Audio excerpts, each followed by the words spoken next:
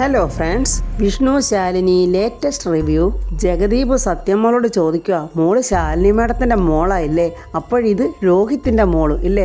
വാ രണ്ടുപേരും അകത്തോട്ട് വന്ന് കയറിയിരിക്കും. മക്കൾ എന്തിനാ വന്നത്? രോഹിത്തിനെ ഇവിടുന്ന് വിളിച്ചോണ്ട് പോകാൻ വന്നതാണോ?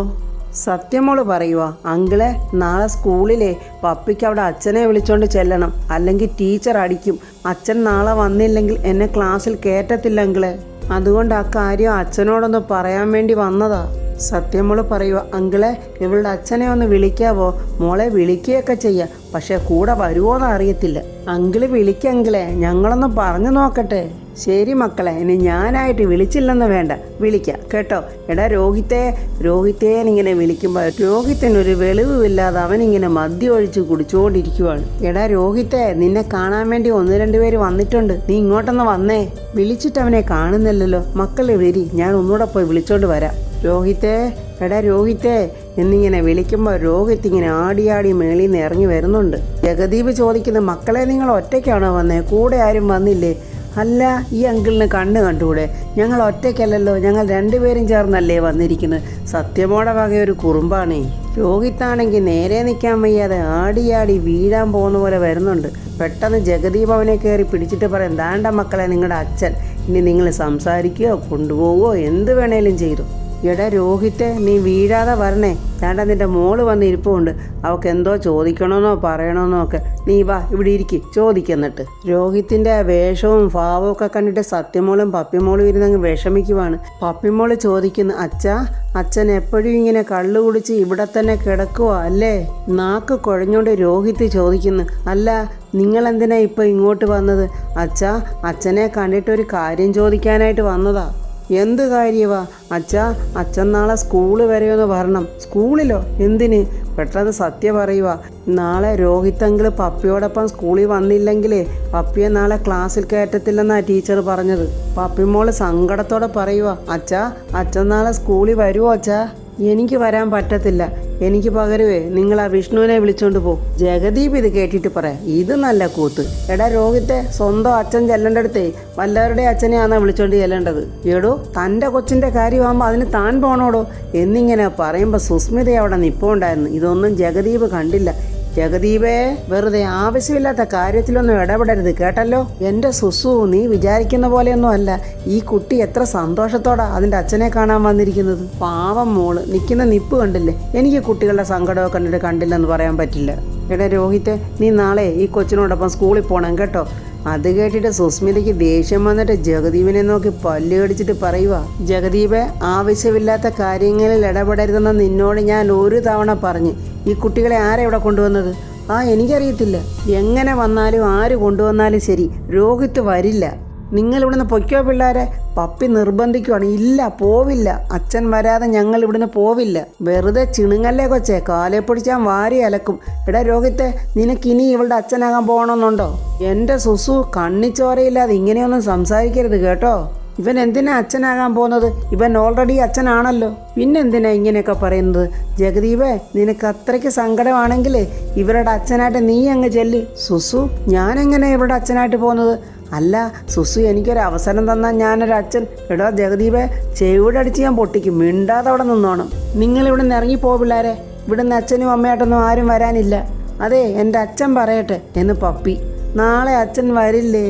എൻ്റെ അച്ഛൻ വരില്ലേ അച്ഛാ എന്നിങ്ങനെ പപ്പി പറയുമ്പോൾ കുടിച്ച് ബോധമില്ലാതെ ആ രോഹിത്ത് ഇരിക്കുന്നതെങ്കിലും പപ്പിയെ കാണുമ്പോൾ അവന് സങ്കടം വരുന്നുണ്ട്. പെട്ടെന്ന് പപ്പിമോളുടെ കൈ പിടിച്ച് ആ വിരലൊക്കെ ഇങ്ങനെ തലോടുവാണ് അവൻ. അച്ഛൻ വന്നില്ലെങ്കിൽ ടീച്ചർ എന്നെ തല്ലും, ക്ലാസ്സിൽ നിന്ന് പുറത്തിറക്കി നിർത്തുകയും ചെയ്യും. രോഹിത്ത് സങ്കടത്തോടെ പപ്പിമോളുടെ കൈയെല്ലാം ഇങ്ങനെ തടകുന്ന കണ്ടപ്പോൾ സുസ്മിതയ്ക്കൊരു പേടി. ഇവനെങ്ങാണോ എഴുന്നേറ്റ് പപ്പിയോടൊപ്പം പോകുമെന്ന്. അവൾ പെട്ടെന്ന്, എടിക്കൊച്ചേ, ഇവിടുന്ന് പോകാനല്ലേ നിന്നോട് പറഞ്ഞ്? ഞാൻ പോകുന്നില്ല, എൻ്റെ അച്ഛൻ വന്നിട്ടേ ഞാൻ പോകുന്നുള്ളൂ. അതെൻ്റെ അച്ഛൻ പറയട്ടെ. അത്രയ്ക്ക് ധൈര്യമായോ നിനക്കൊക്കെ? നിന്നെയൊക്കെ ഞാൻ എന്താ ചെയ്യുന്നതെന്ന് ഇപ്പം കാണിച്ചു തരാം എന്നിങ്ങനെ സുസ്മിത പറയുമ്പോൾ പെട്ടെന്ന് രോഹിത്ത് സുസ്മിതയെ നോക്കുന്നുണ്ട്. സത്യമോള് പറയുക, രോഹിത്തങ്കിളെ നാളെ സ്കൂളിൽ വരാമെന്നൊന്ന് പറയാങ്കിളെ, അല്ലെങ്കിൽ ടീച്ചർ നാളെ പപ്പിയെ അടിക്കും. ക്ലാസ്സിൽ നിന്ന് പുറത്തിറക്കി നിർത്തുകയും ചെയ്യും. സംസാരിക്കാൻ വയ്യാതെ നാക്ക് കുഴഞ്ഞുകൊണ്ട് രോഹിത്ത് പറയുക, നാളെ ഞാൻ ഇത്രയും പറയുമ്പോൾ തന്നെ ജഗദീവ് പറയുന്നത്, എടോ താനൊരച്ഛനാണോ, തൻ്റെ മനസ്സെന്തോടെ കല്ലുകൊണ്ടാണോ ഉണ്ടാക്കിയിരിക്കുന്നത്, എടോ തന്നോടുള്ള സ്നേഹം കൊണ്ടല്ലേടോ ഈ കൊച്ചുങ്ങൾ തന്നെ തിരക്കി ഇവിടെ വന്നിരിക്കുന്നത്, എടോ ചെല്ലാമെന്ന് പറയടോ, ചുമ്മാ അതിവിടെ കയറി ഇങ്ങനെ ഇരിക്കാതെ. അച്ഛൻ നാളെ വരണേ അച്ഛാ, രോഹിത്തങ്കളെ നാളെ വരണേ കേട്ടോ. രോഹിത്തിൻ്റെ മനസ്സെങ്ങാണ് മാറുമോന്ന് പേടിച്ചിട്ട് സുസ്മിത പെട്ടെന്ന് മര്യാദയ്ക്ക് പറഞ്ഞാൽ നീയൊക്കെ കേൾക്കത്തില്ല ഇല്ലേടി, ഇറങ്ങടി ഇവിടുന്ന് എന്നും പറഞ്ഞ 2 കുട്ടികളെയും പിടിച്ചുകൊണ്ട് പോയി കതവ് തുറന്നൊരൊറ്റ തെള്ള്. ആ കുഞ്ഞുങ്ങളവിടെ വീഴുവാണ്. അവൾ പെട്ടെന്ന് ആ കഥ കടച്ചങ്ങ് കുറ്റിയിട്ട്, ആൻറ്റി കതവ് തുറക്കാൻറ്റി, ആൻറ്റി പ്ലീസ് ആൻറ്റി കതവ് തുറക്കാൻറ്റി എന്നും പറഞ്ഞ് പപ്പിമോളും സത്യമോളും ആ കഥ കേറിട്ട് തട്ടുവാണ്. സുസ്മിതയോട് ജഗദീപ് ചോദിക്കുന്നു, ഇത്രയും കണ്ണിച്ചോരയില്ലാതെ ക്രൂരത ആ പിഞ്ചു കുഞ്ഞുങ്ങളോട് കാണിക്കരുതായിരുന്നു കേട്ടോ. കുട്ടികളെയൊക്കെ ഇങ്ങനെ ദ്രോഹിച്ചാലേ ദൈവം പോലും പൊറുക്കില്ല. ജഗദീപേ, നിനക്ക് എൻ്റെ കൂടെ പൊറുക്കണമെങ്കിൽ നീ മിണ്ടാതെ ഇവിടെ നിന്നോണം. ഇവിടെ ഞാൻ പറയുന്നതും കേട്ട് ജീവിക്കാൻ മനസ്സുണ്ടെങ്കിൽ മാത്രം നീ ഇവിടെ നിന്നാൽ മതി. ഇല്ലെങ്കിൽ നീ ഇപ്പോൾ ഇവിടെ നിന്ന് ഇറങ്ങിക്കോ, എനിക്കൊരു പരാതിയില്ല. എൻ്റെ സുസു, അവർ കൊച്ചു കുട്ടികളല്ലേ, അവർ പോയോന്നെങ്കിലും ഒന്ന് നോക്കട്ടെ. നിൽക്കവിടെ, അവർക്ക് വരാനറിയാമെങ്കിൽ പോകാനും അറിയാം.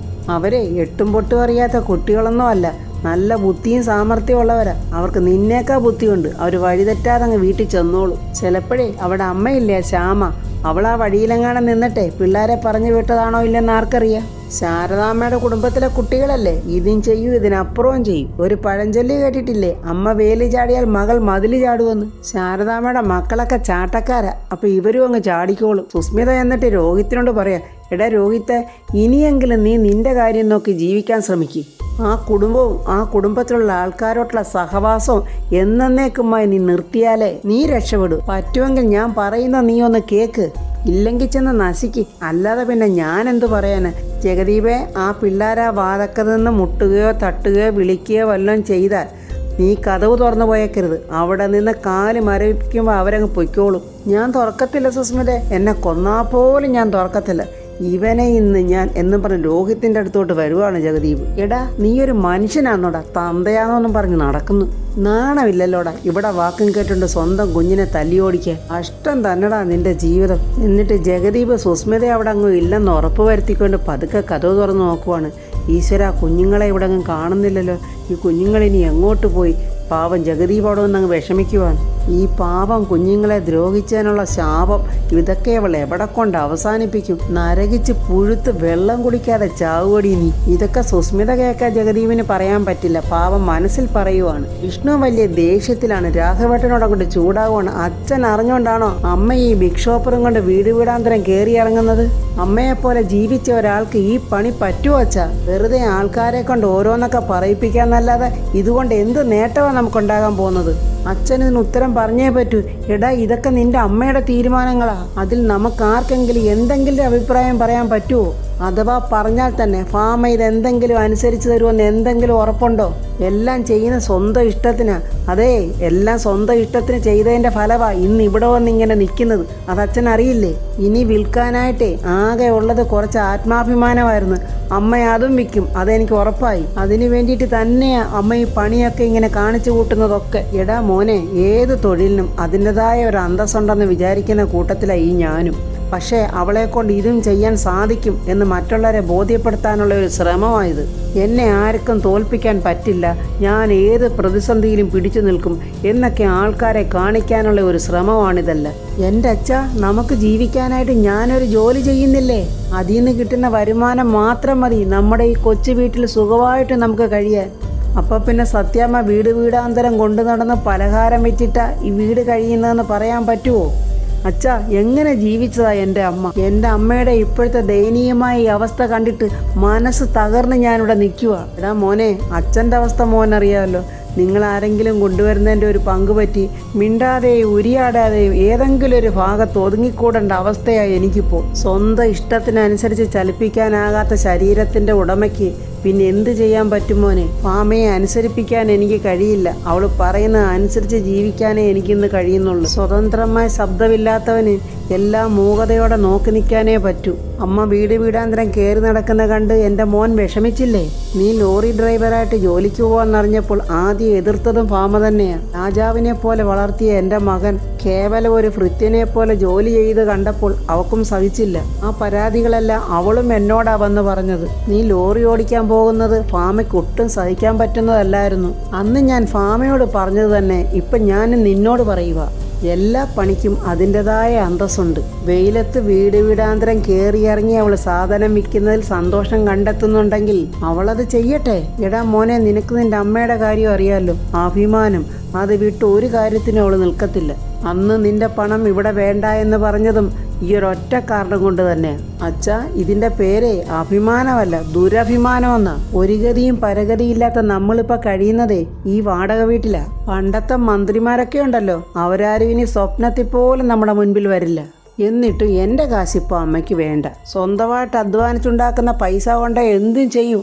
ആയിക്കോട്ടെ അമ്മ, എന്ത് വേണമെങ്കിലും ആയിക്കോട്ടെ. എൻ്റെ കാശിനും എന്നെയും വിലയില്ലാത്ത ഈ വീട്ടിൽ പിന്നെ ഉണ്ടുറങ്ങി ഞാൻ ഈ വീട്ടിൽ താമസിക്കുന്ന എന്താണെന്ന് അച്ഛൻ അറിയണോ? എൻ്റെ അച്ഛനും അമ്മയും ആണെന്നുള്ള ബോധവും കരുതലും എനിക്ക് ഉള്ളതുകൊണ്ടാണ്. എടാ മോനെ, ഇതൊക്കെ നീ എൻ്റെ അടുത്ത് പറഞ്ഞിട്ട് എന്ത് കാര്യമാടാ? ഞാൻ വെറും ഒരു യന്ത്രമാണ് മോനെ. ആരൊക്കെയോ പ്രവർത്തിപ്പിച്ചാൽ പ്രവർത്തിക്കുന്ന വെറും ഒരു യന്ത്രം. ഇവിടെ നിങ്ങൾ അമ്മയും മോനുമാ ജോലിക്കായിട്ട് ഇറങ്ങി പുറത്തു പോകുന്നത്. നിങ്ങൾ കൊണ്ടുവരുന്ന എന്താന്ന് വെച്ചാൽ അത് കഴിച്ചും നിങ്ങൾ പറയുന്നത് കേട്ട് ജീവിക്കാനേ എനിക്കിപ്പം നിർവാഹമുള്ളൂ. അല്ലെങ്കിൽ ഞാൻ എന്തെങ്കിലും പണിക്ക് പോകണം. അപ്പോൾ മാത്രമേ എനിക്ക് എൻ്റെതായ രീതിയിൽ കാര്യങ്ങളൊക്കെ കണ്ടാൽ ചൂണ്ടിക്കാണിക്കാൻ പറ്റത്തുള്ളൂ. പക്ഷേ എൻ്റെ ഈ അവസ്ഥ വെച്ച് ഞാൻ ഏത് പണിക്കാ മോനെ പോകേണ്ടത്? അല്ലെങ്കിൽ പിന്നെ പല ലോട്ടറി കച്ചവടത്തിനും പോകണം. ഇങ്ങനെ പറഞ്ഞത് കേട്ടതും വിഷ്ണു അങ്ങ് ഞെട്ടിപ്പോയി. അവൻ്റെ കണ്ണ് നിറഞ്ഞ് കണ്ണിൽ കൂടെ കുടുകൂടാന്നങ്ങ് കണ്ണുനീരാണോ ചോരയാണോ എന്തോ ഒഴുകുന്നതെന്ന് അറിയില്ല. വിഷ്ണുവിന് സഹിക്കാൻ പറ്റുന്നില്ല. രാഘവേട്ടൻ ചങ്ക് പൊട്ടിയാ പറഞ്ഞ വാക്കുകൾ. അതാകുമ്പോൾ എവിടെങ്കിലും ഒരിടത്ത് ചടഞ്ഞുകൂടി ഇരുന്നാൽ മതിയല്ലോ മോനെ. പിള്ള പോലും രാഘവേട്ടൻ്റെ ആ വാക്ക് കേട്ട് ഇങ്ങനെ സ്തംഭിച്ച് നിൽക്കുവാണ്. ദൈവമേ, എങ്ങനെ കഴിഞ്ഞ ആൾക്കാരാണ് ഇവരൊക്കെ പറയുന്നത് കേട്ടോ. വിഷ്ണു കരഞ്ഞുകൊണ്ട് പറയുക, അച്ഛാ, ഇനി അതും കൂടെ എനിക്ക് കാണാൻ ബാക്കിയുള്ളൂ. എൻ്റെ അച്ഛനിരുന്ന് ലോട്ടറി കച്ചവടം ചെയ്യുന്നത്. എല്ലാവരും കൂടെ എന്നെ കൂട്ടത്തോടെ തോൽപ്പിക്കാനാ തുടങ്ങുന്നതെങ്കിൽ ആയിക്കോ. പ്രായമായ അച്ഛനെയും അമ്മയും പണിക്ക് വിട്ടിട്ട് അങ്ങനെയുള്ള കാശ് കൊണ്ടാണ് ഞാനിങ്ങനെ ജീവിക്കുന്നതെന്നോർത്ത് ആളുകൾ പരിഹസിക്കുമല്ലോ. അതൊക്കെ കേട്ട് ഈ വിഷ്ണു ഇങ്ങനെ ജീവിച്ചോളാം, അതല്ലേ നിങ്ങൾ ആഗ്രഹിക്കുന്നത്? എന്നെ നാണം കെടുത്തുക, മറ്റുള്ളവരുടെ മുന്നിൽ ഞാൻ ഇറങ്ങി നടക്കാത്ത വിധത്തിലാക്കുക. ചെയ്തോ, നിങ്ങൾ എന്തൊക്കെ വേണമെങ്കിലും ചെയ്തോ, ഞാൻ അനുഭവിച്ചോളാം. അനുഭവിക്കാതെ വേറെ മാർഗമില്ലല്ലോ എന്നും പറഞ്ഞ് വിഷ്ണു കരഞ്ഞുകൊണ്ട് അവിടെ നിന്ന് ഇറങ്ങി പോവുകയാണ്. ആ സമയത്ത് ശാലിനിയുടെ ഫോൺ വിഷ്ണുവിന് വരുന്നു. നമ്മുടെ മക്കളെ കാണാനില്ലെന്ന്. സ്കൂളിൽ പോയത് അവർ ഇതുവരെയും തിരിച്ചെത്തിയിട്ടില്ല. സ്കൂളിലെല്ലാം അന്വേഷിച്ച് ശാന്ത ചേച്ചി അവിടെ എല്ലാം വാച്ച്മാനെ കൊണ്ടൊക്കെ നോക്കിച്ച് അവിടെ എങ്ങും കുട്ടികളെ കാണാനില്ല. നീ ടെൻഷൻ അടിക്കാതെ ശാലിനി, ഞാൻ സ്കൂളിലോട്ട് പോയി ഒന്നുകൂടെ ഒന്ന് അന്വേഷിക്കട്ടെ. ശാരദാമ്മയാകെ ഭയന്നോട്ട് ശാലിനിയോട് പറയാ, മോളെ, എനിക്ക് ആകെ പേടി തോന്നുക. അവർ വല്ല അപകടത്തിലും ചെന്ന് ചാടിക്കാണുമോ? മോളെ, ഇനിയും അവരെ കാത്തു നിന്നിട്ട് കാര്യമില്ല. മോൾ എത്രയും പെട്ടെന്ന് പോലീസ് സ്റ്റേഷനിൽ വിളിച്ചൊരു കംപ്ലൈൻറ്റ് കൊടു. അവരുടേതായ രീതിയിൽ അവരും കൂടെ ഒന്ന് അന്വേഷിക്കട്ടെ, നമുക്കും അന്വേഷിക്കാം. ആ സമയത്ത് ശാലിനിയുടെ ഫോണിലോട്ട് ജഗദീപൻ്റെ കോൾ വരുന്നുണ്ട്. ജഗദീപാണല്ലോ വിളിക്കുന്നത്. എന്താ ജഗദീപ്? അതെ ശാലിനി മാഡം, രോഹിത്തിനെ കാണാനായിട്ട് മക്കൾ രണ്ടുപേരും ഇവിടെ വന്നിട്ടുണ്ടായിരുന്നു. അവിടെ വന്നോ? പക്ഷേ ഇവിടുത്തെ പൂതനെ ആ കുഞ്ഞുങ്ങളെ വിരട്ടി ഓടിച്ചു വിട്ടു. അപ്പോൾ ഫ്രണ്ട്സ്, കുട്ടികൾ സുസ്മിതയുടെ വീട്ടിൽ നിന്ന് ഇറങ്ങിയിട്ട് എവിടെ പോയതെന്ന് ആർക്കും മനസ്സിലാകുന്നില്ല. പപ്പിയെയും സത്യം തിരക്കി പോലീസുകാരും തിരയുന്നു. ശാലിനിയും ശ്യാമയും വിഷ്ണു എല്ലാം ഓരോ സൈഡിലായിട്ട് പപ്പിയെയും സത്യം തിരക്കി നടക്കുവാണ്. അവരെ ഉടനെ കണ്ടുകിട്ടുമെന്നുള്ള പ്രതീക്ഷയോടെ അടുത്ത വീഡിയോയിൽ കാണാം. എൻ്റെ ഈ വീഡിയോ ഇഷ്ടപ്പെട്ടാൽ ലൈക്കും കമൻസും, സബ്സ്ക്രൈബ് ചെയ്യാത്തവർ സബ്സ്ക്രൈബ് ചെയ്യണേ.